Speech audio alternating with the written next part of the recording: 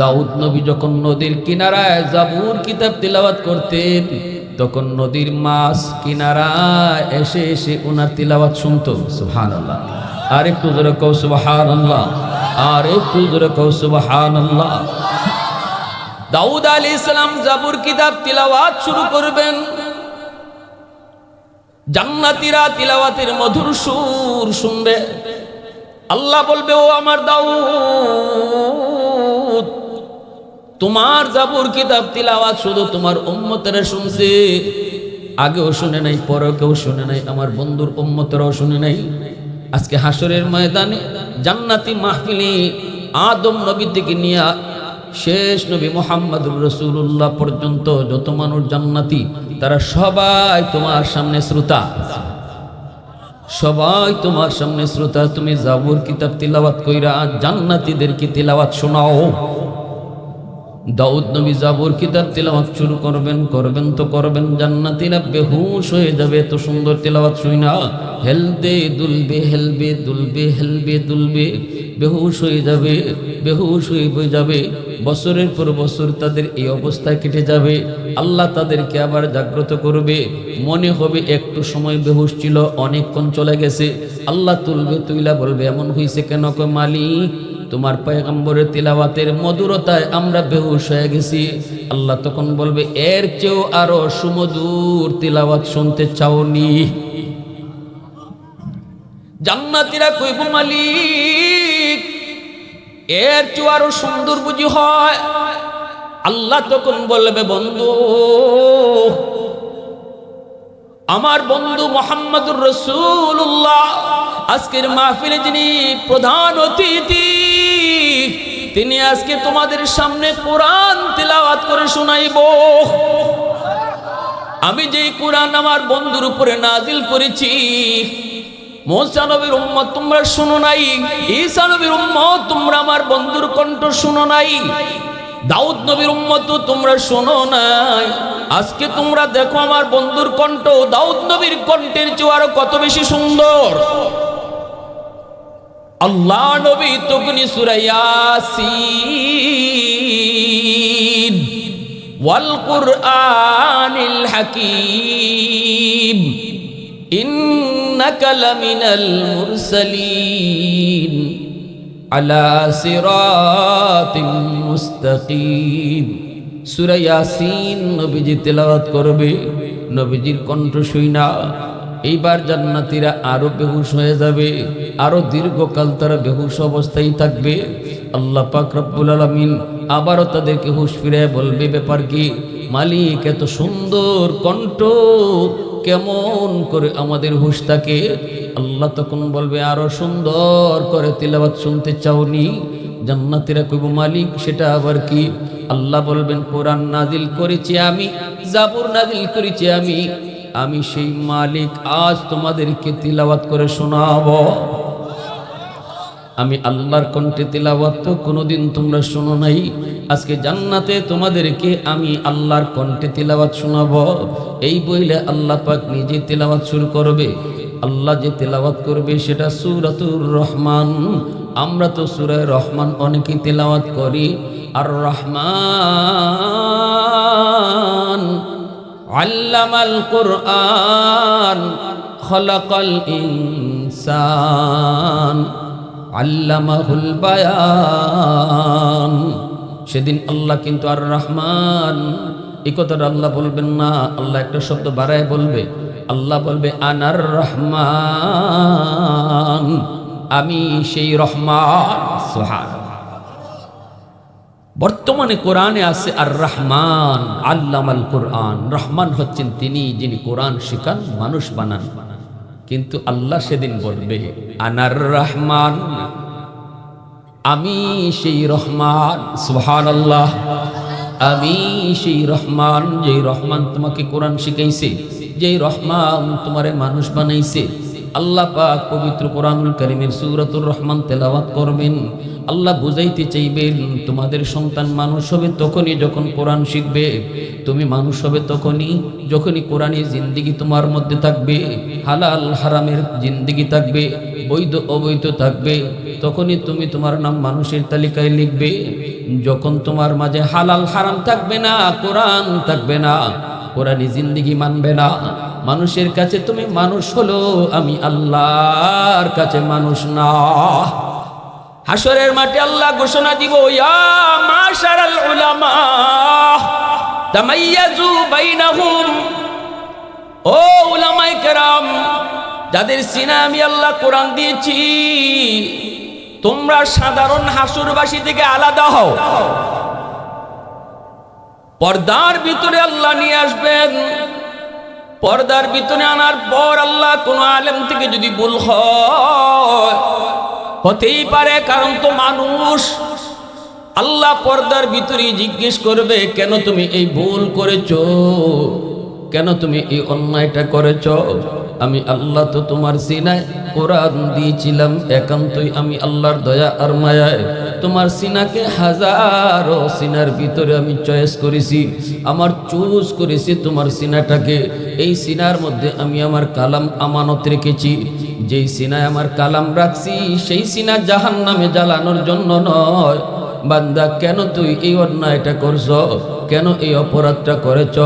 আল্লাহ পাক যে একজন আলেমকে, কোরআনওয়ালাকে এই কথাটা জিগাইব, এই জিনিসটা হাসরবাসী সাধারণ মানুষ এরা দেখবেও না, শুনবেও না। কারণ এতটুকু যদি কেউ দেখে, তাহলে একজন আলেমের ইজ্জত যায়, ইজ্জত নষ্ট হয়, সম্মান নষ্ট হয়। হাসরের মাঠেও আলেম উলামার ইজ্জতের দিকে আল্লাহ খেয়াল রাখবো। যেরকম সুবহানাল্লাহ, কোরআনওয়ালাদের ইজ্জতের দিকে আল্লাহ খেয়াল রাখবো। সাধারণ মানুষ দেখতো না, সাধারণ মানুষ শুনতো না। সাধারণ মানুষ যদি শুনে, তাহলে আল্লাহকে এই কথা বলে ফেলবে, মালিক সে তো নিজে নিজে আলেম হয় নেই, তুমি তো নাকি বলেছ কোরআনের পাখি যারে বানাবা, হাফেজ কারে তুমি বানাবা, আলেম কাকে তুমি বানাবা, এটা নাকি তোমার নিজের নির্বাচন ছিল। সুম্মা আওরাসনাল কিতাব আল্লাযীনা আসতাফাইনা মিন ইবাদিনা, আল্লাহ তুমি বলেছ নবী যেইভাবে তুমি নির্বাচন করো, আলেম কে হইব, হাফেজ কে হইব, এটাও তুমি এইভাবেই নির্বাচন করো। সুবহানাল্লাহ, আরেকটু জোরে কও সুবহানাল্লাহ। নবী নির্বাচনের ক্ষেত্রে আল্লাহ পাক যেই শব্দ ব্যবহার করেছেন, নবী রাসূল নির্বাচনের ক্ষেত্রে আল্লাহ যেই শব্দ ব্যবহার করেছেন, আলেম উলামা নির্বাচনের ক্ষেত্রেও আল্লাহ এই শব্দটাই ব্যবহার করেছেন। আল্লাহ পাক রব্বুল আলামিন যদি আল্লাহরে কেউ জিজ্ঞেস করে, মালিক তুমি নিজে চয়েস করলা, তুমি তো আলিমুল গায়ব, তুমি তো বর্তমান দেখো, ভবিষ্যৎ দেখো, অতীত তোমার কিছু নাই, সব তোমার কাছে বর্তমান। যারে তুমি যার সিনায় মায়া কইরা কোরআন দিছো, সে যে 5 বছর পর গুনাহ করবো এটা তো তুমি জানো, তাহলে তার সিনায় কোরআন দিছো কেন? এই প্রশ্নটাও যেন সাধারণবাসী মানুষ কেউ করতে না পারে, এজন্য আল্লাহ আলেম রে জিগাইব, পর্দার আড়ালে নিয়ে জিগাইব।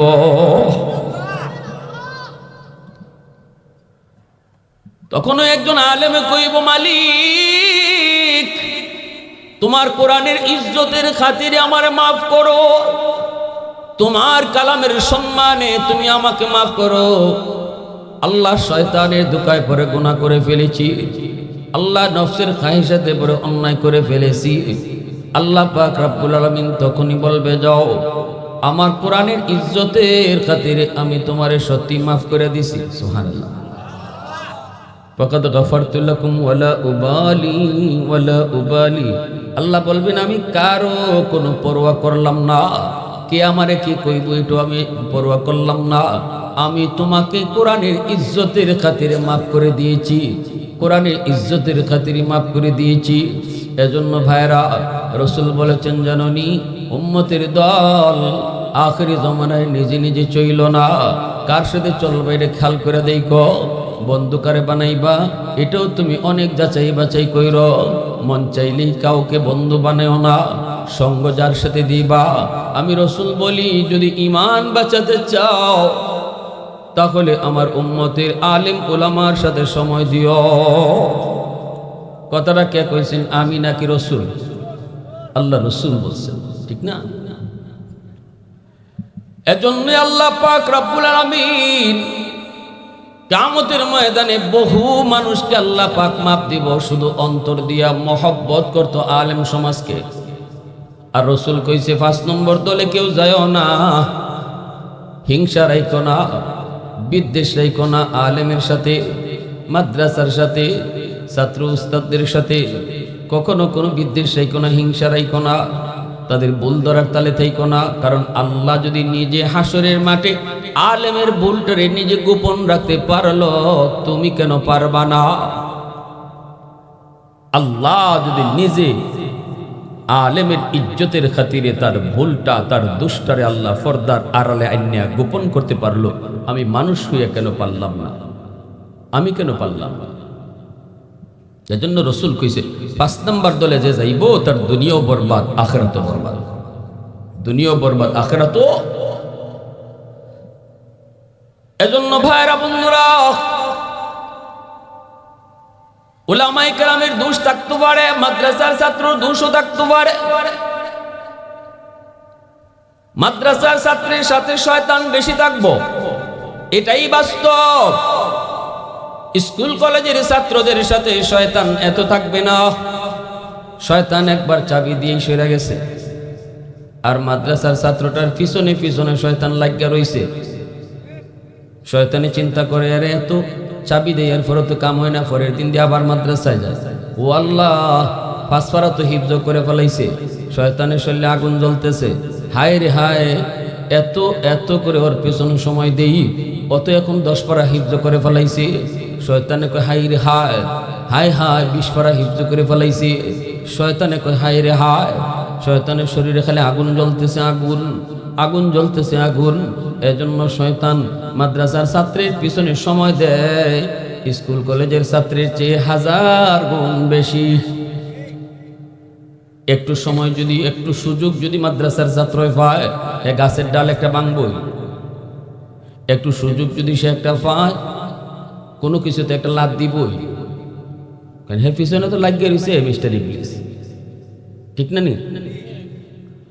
মাদ্রাসার ছাত্র একটা ঘটনা কইলে, আমি যখন খাদ্য মাদ্রাসা পড়ি, মাদ্রাসার 2টা লাইন আছে, একটা হলো জমাতের লাইন আর একটা হিফজের লাইন।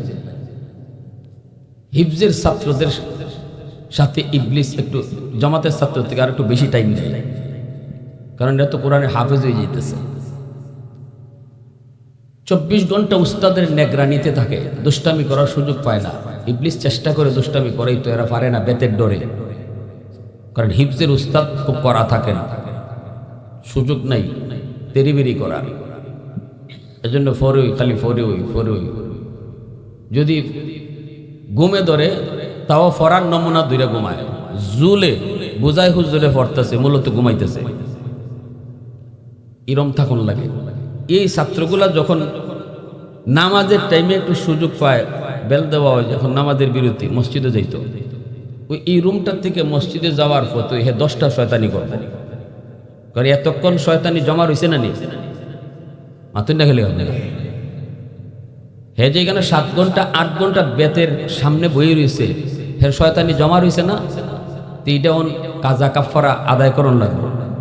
এটা করতে গিয়া একজনে আরেকজনে হয়তো ঘুষি মারবো, একটা আরেকটার কিল মারবো, না হয় গাছের পাতা ছিঁড়বো, না হয় জেসাতার মধ্যে একটা লাত্তি মেরে নিজের ভাও মাংবো, হে যাইব এই কাজ করবো। আমরা যারা জামাতে পড়তাম, আমরা তো হিফজও পড়ছি না, জামাতে পড়তাম, যখনই দেখতাম হিফজের ছাত্ররা আসতেছে, তখন আমরা জামাতের ছাত্ররা এদেরকে সাইড দিলাইতাম। আমরা ডরে আর কি, যে সাইড দিই, কারণ এগুলো এতক্ষণ আসছিল জেলখানাত বন্দি, এখন ছুটি পাইছে, এখন মসজিদে যাওয়ার পথে হে কারে ঘুষি দিব ঠিক নাই, সাইড দিয়া দেব। আর আমরা খালি কইতাম ইয়াজুজ মাজুজ যাইতেছে, তো মসজিদে ঢুকবো, ঢুকিয়া মসজিদেও শান্তি নাই, মসজিদেও কি নাই, মসজিদেও হেরার কাম হেরা করে। একদিন জ্বরের নামাজের ঘটনা, একটা কথা কইলাই, মজার একটা ঘটনা। আমি দ্বিতীয় কাতারে, সামনের কাতারে আমাদের উস্তাদগণ, একজন লোক আছেন মাদ্রাসার মুরব্বী, মাদ্রাসার পাশেই ওনার বাড়ি ছিল, হাজী সাহেব মারা গেছেন, আল্লাহ তাকে জান্নাতবাসী করুন। লোকটা মাদ্রাসার খুব খেয়াল রাখতেন, চাউল ডাউল যখন যা লাগে খুব খেয়াল রাখতেন। শেখ সাহ হুজুরের খাদ্য, শেখ সাহ হুজুর খুব ভক্ত ছিলেন, কিন্তু ওনার একটা অভ্যাস ছিল বড় সাংঘাতিক, ভয় পাইতাম আমরা। অভ্যাসটা হইল উনি একদম পুলিশের মতো ভুল ধরতো খালি, ছাত্রদের ভুল, কোন ছাত্র কিভাবে হাঁটছে, কেডা কিভাবে গেছে, এগুলা নালিশ করতো উস্তাদদের কাছে খুব বেশি। তা আমরা ওনারা দেখলে পরে ভয়ও পাইতাম যে এই লোকে কোন ভাই কোন কথাকে লাগাইব হুজুরের কাছে। উনিও সামনের কাতারে। আর আমরা বর্তমান খাতিয়া মাদ্রাসার সাবেক নাজিম হযরত মাওলানা আব্দুল লতিফ সাহেব দামাত বারকাতুহুম শেওরান নাজিম শাহ হুজুরকে আমরা চিনি। ওই সময় তিনি নাজিমে তালিমাত ছিলেন। আমাদের যখন আমরা পড়ালেখা করি তখন উনি নাজিমে তালিমাত, ছাত্র গড়ার কারিগর, এমন একজন উস্তাদ। আমার এই পর্যন্ত আসা, আপনাদের কাছে বসার পিছনে সবচেয়ে বেশি অবদান আমার এই উস্তাদের। আমি হয়তো কাতিয়া মাদ্রাসা পড়াই হইতো না, আমার যে কান্নাকাটি করছিলাম, আমার পড়া হইতো না, হয়তো আমি বাড়ি চলে আসতাম। শুধুমাত্র এই হুজুরের মায়ায় আমি কাতিয়া ছিলাম এবং পড়ালেখা করছি। আর কাতিয়ার সাহেবের মায়া, কাতিয়ার শেখ সাহেব হুজুরের মায়া। তো নাজিম সাহেব হুজুরের উপস্থিত বুদ্ধি আছিল খুব বেশি। উপস্থিত কথা, একটা উত্তপ্ত একটা পরিবেশকে হুজুরে হুট করে থামাই দিতে পারে, এমন একটা আল্লাহ তার উপস্থিত জ্ঞান দিছিলেন। নামাজ শুরু হইছে, এক রাকাত খালি গেছে, দ্বিতীয় রাকাতের সময় পিছনে হিফজের ছাত্ররা একজনে আরেকজনে ধিরিম ধারিম শুরু হয়েছে, কিলাকিলি নামাজের ভিতরে, কিন্তু খালি ঠাসটাসি ডাকতেছে। আর আমি মনে মনে কি, আল্লাহ আজকে নামাজের শেষে হাজী সাহেব যে কি ভাষণটা দিব, আল্লাহ হুজুররা তো যা কর কইবা, কিন্তু হাজী সাহেব যে কি ভাষণটা দিব আল্লাহ তুমি জানো। নামাজটা খালি শেষ হয়েছে, মোনাজাত করবার সুযোগ দিছে না বেটায়। টাস করে খারে গেছি, খারে হুজুর অতানি ছাত্রদের কি হিকাও, হুজুর অতানি হিকাও, তেল লাগলে তেল দে, ডাউল লাগলে ডাউল দে, আর তেল আর ডাল খাওয়াইয়া তেল বানাইতেছ। নাজিম সাহেব হুজুর উঠতে, হাজী সাহেব, হাজী সাহেব কি হয়েছে, কি হয়েছে হাজী সাহেব, কি হয়েছে? ও মা গো, তোমার তো খবরই না, ফিসে কিয়ামত হয়ে গেছি, আর তুমি আমার কি হয়েছে, কি হয়েছে? নাজিম সাহেব হুজুর না, কি হয়েছে একটু কন্যা, কি ওই যে ফিসারে যে কিলাকিলি ঘুষাঘুষি করলো। নাজিম সাহেব ও ইতানি কোন থেকে কিতা? নাজিম সাহেব আরে আপনি তো বুঝছেন না, এই ফুলাইনতে যদি কিলাকিলি কইরা শয়তানরে ফিসে না আটকাইতো, তে শয়তানের সামনের কাতর আইয়া আমারে আপনারা লাগাই দিল না কিলাকিলি।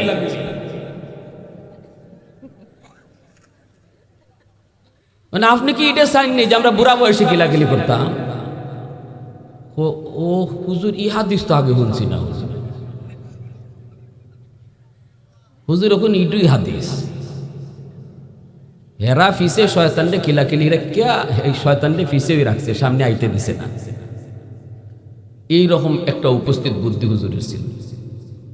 তো এই জন্য বলি যে এরা মানুষ, মানুষের সন্তান, বাচ্চাদের ভুল হবে, আলেমের ভুল হবে।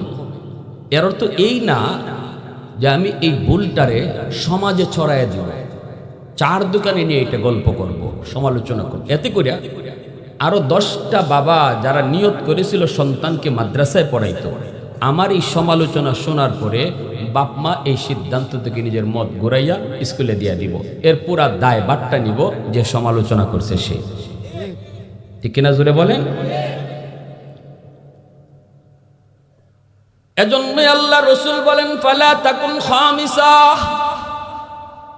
4 দলের ভিতরে থাইকো, 5 নাম্বার দলে কেউ যায় না।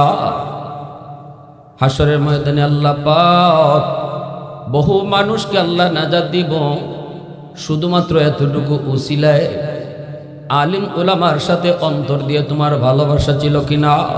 আর দুনিয়াতে কেউ যদি উলামায়ে কেরামের প্রতি বিদ্বেষ রাখে, মাদ্রাসার প্রতি হিংসা রাখে, ছাত্রদের প্রতি বিদ্বেষ রাখে, সে যত বড় নামাজি হোক, যদি সে কয় মৌলবীরা দেশটারে নষ্ট করেছে, মৌলবীরা দেশটারে ধ্বংস করছে, এই ধরনের কথা যদি কেউ মুখ দিয়ে বের করে, সে যত বড় নামাজি হোক। রাইসুল মুফাসসিরিন আব্দুল্লাহ ইবনে আব্বাস রাদিয়াল্লাহু তাআলা আনহু, আল্লাহর নবীর আপন চাচাতো ভাই, এই উম্মতের ভিতরে যিনি সবচেয়ে বড় মুফাসসির ছিলেন, ইনি বলেন তোমরা তার কবর খুঁদো। মরণের সময় তার ঈমান নসিব হয় নাই, ফেরাউনের মতো তার মরণ হয়েছে, এবং কবর খুঁদো। আমি আব্দুল্লাহ কসম খেয়ে বললাম কবর খুঁইদা দেখো তার চেহারা তোমরা রাখছো কিবলার দিকে, কিন্তু ফেরেশতারা কিবলা থেকে চেহারা তার ঘুরাইয়া দিছে। নাউজুবিল্লাহ, জোরে বলে। উলামায়ে কেরামের প্রতি অন্তরে যার বিদ্বেষ। রাইসুল মুফাসসিরিন আব্দুল্লাহ ইবনে আব্বাস রাদিয়াল্লাহু তাআলা আনহু বলেন, আমি আব্দুল্লাহ কসম খেয়ে বললাম কবর খুঁইদা দেখো তার চেহারা কিবলার দিকে নাই, চেহারা কিবলার দিক থেকে ফেরেশতারা সরাইয়া দিছে। এত বড় কষ্ট, এত বড় আযাব, এত বড় শাস্তি তার শুরু হয়ে যায় মরণের পর থেকেই। এজন্যই রাসূল বলছেন তোমরা 5 নাম্বার দলে কেউ যাও না। কিয়ামতের ময়দানে আল্লাহ পাক রব্বুল আলামিন এমন বহু তার বান্দা বান্দির আল্লাহ মাফ করবে। আল্লাহ এতটুকু বলবে, বল বান্দা, ওই যে তোরে দেখা যায় এক মাহফিলে তুই বসা, কেন গিয়েছিলি বল? মালিক, আমি তো সেখানে বসা ছিলাম তোমার কথা শোনার জন্য, কোরআনের কথাগুলি শোনার জন্য। দুনিয়ার কোনো ফায়দা ছিল না। সেখানে গেলে পরে সিন্নি খাওয়াবে এমনও না, সিন্নির লোভেও যাই নাই, টাকা পয়সা পাবো এই লোভেও যাই নাই, গিয়েছিলাম শুধুমাত্র তোমাকে খুশি করার জন্য। তখনই আল্লাহ এই কথা কইব, বান্দা শুন, এ বান্দা শুন, আমি আল্লাহর আদত হচ্ছে মাফ করে দেওয়া, কিন্তু আমার নিজাম হচ্ছে উসিলা ছাড়া মাফ করি না। ওই দিনে মাহফিলে বসারে উসিলা বানায়া আমি আল্লাহ তোরে মাফির ঘোষণা দিয়া দিলাম। তো আওয়াজ দিয়ে কও না সুবহানাল্লাহ। ফেরেশতারা কইব, মালিক সবাইকে তুমি মাফ করে দিয়েছো। আল্লাহ বলবেন কেন? ফেরেশতারা কইব, মালিক সবাই কিন্তু ওয়াজ শোনার নিয়তে আসে নাই, কেউ কেউ বাড়িতে যায়, বাজারে যায়, মনে করতেছে কয় বাজারে একটু পরে যাই, বাড়িতে একটু পরে যাই, ওয়াজ হইতেছে ওয়াজটা শুই না যাই। উদ্দেশ্য তার বাজারে যাওয়া, নিয়ত হলো তার বাড়িতে যাওয়া, ওয়াজ শোনা তার নিয়ত নয়। আল্লাহ তাকেও কি তুমি মাফ করে দিয়েছো? সবাই রে মাফ করলে সেও তো মাফে ফিরে যায়। আল্লাহ বলেন, হো আমি তারও মাফ করে দিছি। তখনই ফেরেশতারা কয়, মালিক নিয়ত তো ছিল তার বাড়িতে যাওয়া, নিয়ত তো ছিল তার বাজারে যাওয়া, ওয়াজ শোনার নিয়তে তো সে বের হয় নাই। আল্লাহ বলেন, হুমুল জালিসু লা ইয়াশকা জালিসুহুম, এটা এমন এক বরকতি মজলিস, এই মজলিসে যেই আইসা বসবে আমি তারই মাফ করে দিব। মুসলমানের আওয়াজে কও আল্লাহু আকবার, আর জোরে আল্লাহু আকবার। আলহামদুলিমান কদ্দারা খাইরাও ওয়া খাবালা, আলহামদুলিমান কদ্দারা খাইরাও ওয়া খাবালা, ওয়া শুকরু লিমান সাওয়ারা হুসনাও ওয়া জামালা, ফরদুন সামাদুন আন সিফাতিন খালকি বারিউন, রব্বুন আযালিয়ুন খালাকাল খালকা কামালা, লা জিদ্দা ওয়ালা নিদ্দা ওয়ালা হাদ্দা লিমাওলা, লা জিদ্দা ওয়ালা নিদ্দা ওয়ালা হাদ্দা লিমাওলা, আল আনা কামা কানা ওয়ালাম ইয়ালকা যাওয়ালা, আল আনা কামা কানা ওয়ালাম ইয়ালকা যাওয়ালা। মুসলমানের আওয়াজে আল্লাহু আকবার। এখানে যারা বসলাম এদেরকে আল্লাহ পাক জান্নাতের মাহফিলও বসাইব। দুনিয়ার জমিনে যেমন মাহফিল, জান্নাতেও এমন মাহফিল হইব। দুনিয়ার জমিনে মাহফিল যেভাবে সাজানো হয়, লাইটিং করা হয়, জান্নাতি মাহফিলের লাইটিং হবে 100 লক্ষ পয়গম্বর, শ্রোতা হবে সকল জান্নাতীরা। সভাপতির চেয়ারে বসা থাকবেন আল্লাহ নিজে, প্রধান অতিথি হবেন আমার আপনার নবী সরওয়ারে দু জাহান নবী মুহাম্মদুর রাসূলুল্লাহ হবেন জান্নাতি মাহফিলের প্রধান অতিথি। বিশেষ অতিথি হবেন দাউদ পয়গম্বর, আর ১৬ লক্ষ পয়গম্বর স্টেজের মধ্যে তারা বসা থাকবেন। প্রত্যেক পয়গম্বরের চেহারা থেকে এমন নূর বের হবে, ওই নূরের আলোতেই পুরা জান্নাতটা ঝলমল ঝলমল করবে। পুরা মাহফিলটা, সুবহানাল্লাহ জোরে কও, পুরা মাহফিলটা ঝলমল ঝলমল করবে। আর লাইট লাগানোর প্রয়োজন হবে না। যারা নবী পয়গম্বর স্টেজে বসা, এরাই হবে জান্নাতের লাইট। আল্লাহ নিজেও হবেন সভাপতি, প্রধান অতিথি। আল্লাহ পাক তার পাশের চেয়ারেই আমার আপনার নবী দু জাহানের বাদশারে বসায় রাখবো। আমার আপনার নবীর আল্লাহ তার পাশের চেয়ারেই প্রধান অতিথির চেয়ারে বসায় রাখবো। আল্লাহ পাক রব্বুল আলামিন তখন কইব, জান্নাতীরা শুনো, আজকে আমি আল্লাহ তোমাদেরকে নিয়ে জান্নাতে মাহফিল করলাম। দুনিয়াতে যারা মাহফিলে যাইতা, আজকে তারাই এই মাহফিলে বইবা। দুনিয়াতে যারা আমার কথা শুনতা, দুনিয়াতে যারা কোরআনের তেলাওয়াত শুনতা, আজ তোমরা জান্নাতে কোরআনের তেলাওয়াত শুনবা। আল্লাহ বিশেষ অতিথি দাউদ পয়গম্বর, ওনাকে প্রথমে বলবেন, দাউদ তুমি একটু তেলাওয়াত করো, জাবুর কিতাব তুমি তেলাওয়াত করো। দাউদ নবীর জাবুর কিতাবের তেলাওয়াত এত মধুর, এত মধুর, এত মধুর ছিল দাউদ নবীর কণ্ঠ। যখনই তিনি জাবুর তেলাওয়াত করতেন, আকাশের উড়ন্ত পাখি তেলাওয়াত শোনার জন্য জমিনে নেমে যাইত। দাউদ নবী যখন নদীর কিনারায় জাবুর কিতাব তেলাওয়াত করতেন, তখন নদীর মাছ কিনারায় এসে এসে ওনার তিলাওয়াত শুনতো। সুবহানাল্লাহ, আর একটু জোরে কও সুবহানাল্লাহ, আর একটু জোরে কও সুবহানাল্লাহ। দাউদ আলাইহিস সালাম জাবুর কিতাব তিলাওয়াত শুরু করবেন। জান্নাতীরা তিলাওয়াতের মধুর সুর শুনবে। আল্লাহ বলবে, ও আমার দাউদ, তোমার জাবুর কিতাব তিলাওয়াত শুধু তোমার উম্মতেরা শুনছে, আগেও শুনে নাই, পরেও কেউ শুনে নাই, আমার বন্ধুর উম্মতেরাও শুনে নাই। আজকে হাসরের ময়দানে জান্নাতি মাহফিলে আদম নবী থেকে নিয়ে শেষ নবী মুহাম্মদুর রাসূলুল্লাহ পর্যন্ত যত মানুষ জান্নাতি, তারা সবাই তোমার সামনে শ্রোতা, সবাই তোমার সামনে শ্রোতা। তুমি জাবুর কিতাব তিলাওয়াত কইরা জান্নাতীদেরকে তিলাওয়াত শোনাও। দাউদ নবী জাবুর কিতাব তিলাওয়াত শুরু করবেন তো করবেন, জান্নাতীরা বেহুশ হয়ে যাবে। এত সুন্দর তিলাওয়াত শুইনা হেলবে দুলবে, হেলবে দুলবে, হেলবে দুলবে, বেহুশ হয়ে যাবে, বেহুশ হয়ে যাবে। বছরের পর বছর তাদের এই অবস্থায় কেটে যাবে। আল্লাহ তাদেরকে আবার জাগ্রত করবে। মনে হবে একটু সময় বেহুশ ছিল, অনেকক্ষণ চলে গেছে। আল্লাহ তুলবে, তুইলা বলবে, এমন হয়েছে কেন? কয়, মালিক তোমার পয়গম্বরের তিলাওয়াতের মধুরতায় আমরা বেহুশ হয়ে গেছি। আল্লাহ তখন বলবে, এর চেয়েও আরো সুমধুর তিলাওয়াত শুনতে চাওনি? জান্নাতীরা কইব, মালিক এর চেয়েও আরো সুন্দর বুঝি হয়? আল্লাহ তখন বলবে, বন্ধু,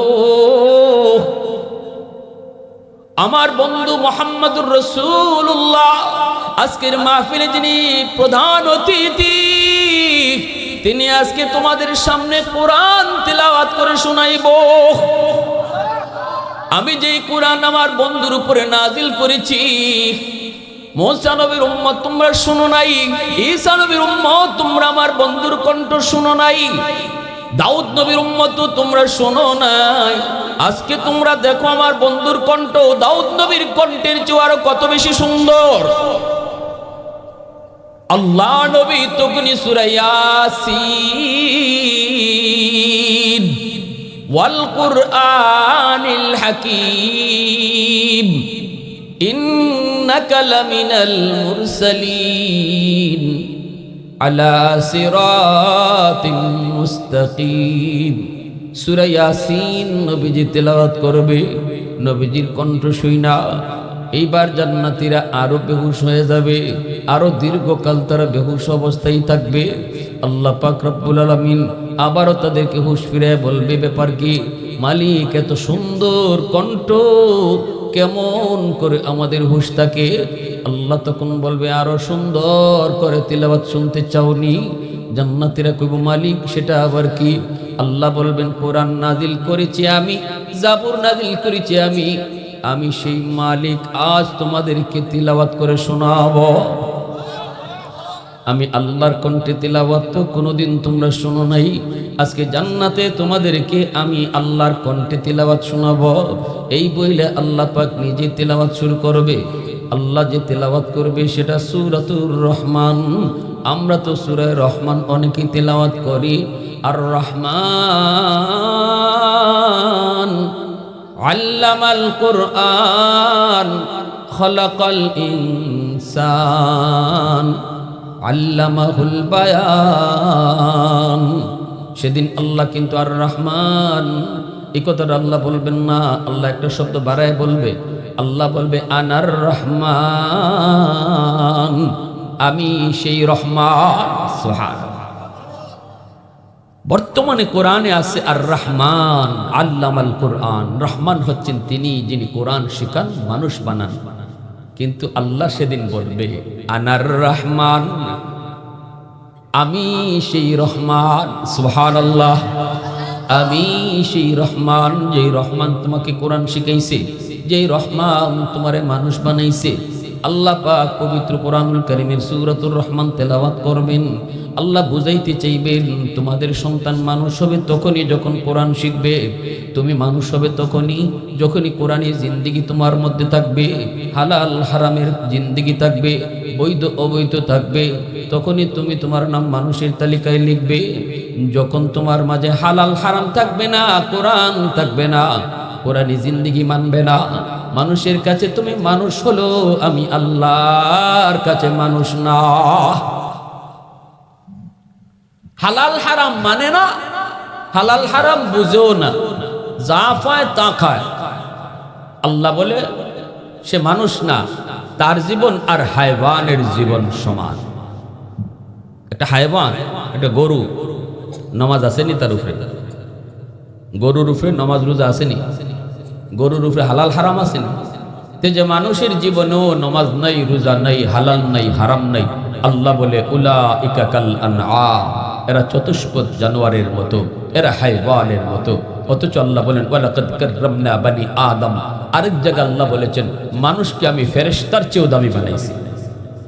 যে মানুষ আল্লাহ এক জায়গায় বললেন মানুষ ফেরেশতার চেয়েও দামি, এই মানুষকে আল্লাহ আরেক জায়গায় বলতেছেন সে হায়ওয়ান নয়, শুধু হায়ওয়ানের চেয়েও নিকৃষ্ট। কারা?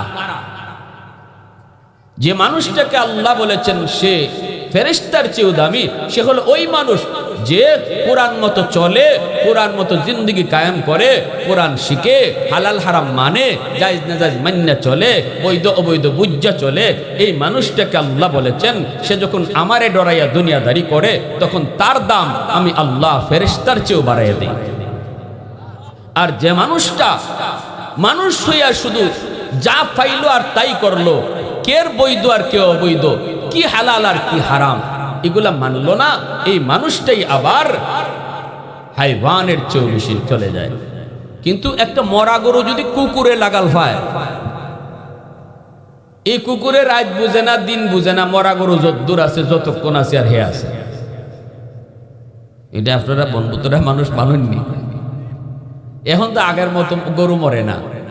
এক সময় ছোটবেলা আমি দেখছি, আমার নানা বাড়ি তো মকরমপুর, ছোটবেলায় নানা বাড়িতে বেশি বেশি যাইতাম আর দেখতাম এরকম মরা গরু, প্রায় গরু মরতো। তো গরু মরলে পরে এই শকুনের সাথে রাত সারাদিন যুদ্ধ করতাম আমি নিজেও। শকুনরে দৌড়াইতাম, শকুন আবার আমারে দৌড়াইতো। এই সময় দেখছি এই কাহিনীটা, একটা সময় শকুনও থাকে না, একটা সময় শিয়ালও থাকে না, কিন্তু কুকুর এর কোনো টাইম টেবিল নাই। যখন শিয়ালে ঠিকানা ভুলে নাই, শকুনও ঠিকানা ভুলে নাই, কিন্তু কুকুর মরা গরু পাইয়া ঠিকানা ভুলে যায়। কোন মালিকে তারে ফাললো, কোন মালিকে তারে দুধ ভাত দিয়ে খাওয়াইলো, কোন মালিকে তারে সাবান দিয়ে গোসল করায়, মরা গরু পাইলে মালিক ভুলে যায়। ঠিক তেমনি ভাবে যে সমস্ত মানুষ দুনিয়ার লোভ লালসায় পইরা হালাল হারাম মানলো না, জায়েজ না জায়েজ বুঝলো না, আল্লাহর কথা ভুলে গেল, কোন মালিকে তারে মার পেটে খাওয়াইলো, কোন মালিকে তারে আস্তে আস্তে বড় করলো, কোন মালিক তার হাতে জোর দিল, মার পেট থেকে আসার পরে হাত ছিল, ধরার ক্ষমতা ছিল না। মার পেট থেকে দুনিয়া আসার পর পা ছিল, হাঁটার ক্ষমতা ছিল না। মুখ ছিল, দাঁত ছিল না। কোন মালিক তার সময় মতো হাতে জোর দিল? কোন মালিকে তার টাইম মতো পায়ে জোর দিল? কোন মালিকে তার টাইম মতো দাঁত দিল? এই মালিকের কথা যেই মানুষটা দুনিয়া পাইয়া ভুলে যায়, রাসূল বলেন তার মাঝে আর ওই কুকুরের মাঝে কোনো তফাৎ নাই, যেই কুকুরে মরা গরু পাইয়া মালিক ভুলে যায়। কথাটা বুঝে আসছে? এজন্যই আল্লাহ বলেন কোরআনই জিন্দেগি যে মানলো না, কোরআন মতো চললো না, কোরআন বুঝলো না, তোমরার কাছে সে মানুষ হলেও আমি আল্লাহর কাছে সে মানুষ না। এবার সে যত বড় ডাক্তার হোক, এবার সে যত বড় প্রেসিডেন্ট হোক, এবার সে যত বড় ডিগ্রি নেক, মানুষের কাছে এই ডিগ্রির দাম আছে, আমি আল্লাহর কাছে কোনো দাম নাই। অসুবিধা হইতেছে আপনাদের? জোরে বলেন, অসুবিধা হইতেছে? এখন আপনারা যদি আমার প্রশ্ন করেন, হুজুর আল্লাহ যদি মানুষই না কইল, তাহলে এরে আল্লাহ খাওয়ায় কেনে, এরে আল্লাহ ফালে কেনে? প্রশ্নটি জাগে কি জাগে না? আল্লাহ যারে অমানুষ কয়, আল্লাহ যারে কুকুরের মতো কয়, এরে আল্লাহ খাওয়ায় কেন? এর একটা এক্সাম্পল, উদাহরণ দিয়েছেন হাকিমুল উম্মত মুজাদ্দিদে মিল্লাত মাওলানা শাহ আলী থানভী রাহমাতুল্লাহ আলাইহি। ইনি বলেন ধান খেতে যারা ধান চাষ করে এরা ভালো করে জানে ধানের সাথে চুসাও আছে। চুসা ধান বুঝেননি? আমরা আমাদের দেশে চুসাই তো কয়, আর শুদ্ধ ভাষায় কয় চিটা, চিটা ধান কয়, চুসা ধান আমরা বুঝি। এই চুসাও ধানের সাথে আছে, এটা মালিক, জমির মালিক ভালো করে জানে। জানার পরেও কিন্তু মালিকে এই ধান খেতে যে সার দেয়, পানি দেয়, বাসে, এই সব সেবা ধানের সাথে চুসায়ও ভাইনি না ভাই না? পানি কি খালি ধান রে দেয় না চুসায়ও ভাই? কিন্তু মালিকের উদ্দেশ্য কিন্তু চুসা না, মালিকের উদ্দেশ্য হলো দান। কিন্তু চুসায় দানের রং ধরার কারণে মালিকে কয় নে, তুই যখন জমিত আমার দানের রং ধরে আসো, তাইলে আমার সেবার দানের উদ্দেশ্যে যেটা দেওয়া এটা তুইও ভোগ করতেছ, কইরালা। তবে টাইম আইব, তবে টাইম আইব আমারও, তখন দেখবো তুই চুসা কেমনে দানের সাথে থাকস। দান ফাঁকলে পরে যখন আপনার বাড়ি টানুন, আন্য উঠানো ফালাইনি লম্বা করিয়া, দুই দিকে দুইজনে কোলা লয়নি, এখন বন্ধ হয়ে জায়গা, দুই দিকে দুইজনে কোলা লইয়া বাতাস দেওয়া হয়নি। ফাইল দিলে পরে সুসা থাকতে পারে? সুসা আলোক হয়ে যায়, দান দানের জায়গার থাকে। তখন মালিকে আসে, থাক কখন, এতদিন তো আসলে এখন থাক। তখন আর বাতাস খাইয়া সুসা থাকতে পারে না, আলোক হয়ে যায়। এরপরে মালিকে এই ধানটারে সযত্নে মায়া কইরা গড়ে আনিয়া তুল্লা রাখে গুলায়, আর চুসাটারে নেয় চুলায়। চুসার ঠিকানা হয় চুলা, ধানের ঠিকানা হয় গুলা। ঠিক তেমনি কিয়ামতের ময়দানে আল্লাহ পাক রব্বুল আলামিন বলবে, এই অমানুষের দলেরা, তোমরা যারা আমি আল্লাহকে চিনতে না, জানতে না, মানতে না, আমার মানুষের রং ধরে দুনিয়া থাকার কারণে আমি আল্লাহ মানুষের খাতিরে সূর্য উঠাইছি, এই মানুষের জন্য সূর্য ডুবাইছি, এই মানুষের জন্য আমি বৃষ্টি নাজিল করেছি, মানুষের জন্য জমিন থেকে ফসল উঠাইছি। কিন্তু আমার মানুষের রং ধরে তোরা অমানুষগুলি থাকার কারণে তোরাও এই সুযোগ ভোগ করেছ। এবার এসেছে আলাদা করার। পবিত্র কোরআনে সূরাতুল ইয়াসিনে, সূরা ইয়াসিনে আল্লাহ পাক বলেন, ওয়ামতাজুল ইয়াউমা আইয়ুহাল মুজরিমুন। এই কথাটা হবে আল্লাহর ফাইল দেওয়া। আমরা যে ফাইল দিই এটা হলো আল্লাহর ফাইল। ওয়ামতাজুল ইয়াউমা আইয়ুহাল মুজরিমুন, হে অমানুষের দল, হে মুজরিমের দল, হে নাফরমানের দল, তোমরা আমার ইমানদার বান্দাদের থেকে আলোক হয়ে যাও, আমার মানুষ বান্দাদের থেকে আলোক হয়ে যাও। সাথে সাথে আলোক হয়ে যাবে। আমাদের দুনিয়ার জমিনে ধানের ঠিকানা যেমন হয় গুলা, সেদিন আল্লাহ পাক ইমানদার মানুষগুলির আল্লাহ উঠায় রাখবে জান্নাত নামক গুলায়। আর চুসার ঠিকানা ছিল যেমন দুনিয়াতে চুলা, হাসরের ময়দানে ওই অমানুষগুলির ঠিকানা হবে জাহান্নামের চুলা। এজন্য আল্লাহ রাব্বুল আলামিন কোরআন ওয়ালাদের থেকে কোরআন বাহিরে যারা তাদের আলোক করে ফেলেছে। আল্লাহ সূরাতুর রহমানে আল্লাহ পাক ইশারা দিয়ে দিছে। কেন মানুষ সৃষ্টির কথা আল্লাহ পরে নিল, কোরআন শিক্ষার কথা আগে আনলো? এই কথাটা কইয়া আল্লাহ পাক রব্বুল আলামিন ইশারা দিলেন, সন্তানকে মানুষ বানাও আগে, ডাক্তার বানাও পরে, সন্তানরে ইঞ্জিনিয়ার বানাইবা পরে, মানুষ বানাও আগে। আর মানুষ বানানোর তরিকা হলো কোরআনের শিক্ষা।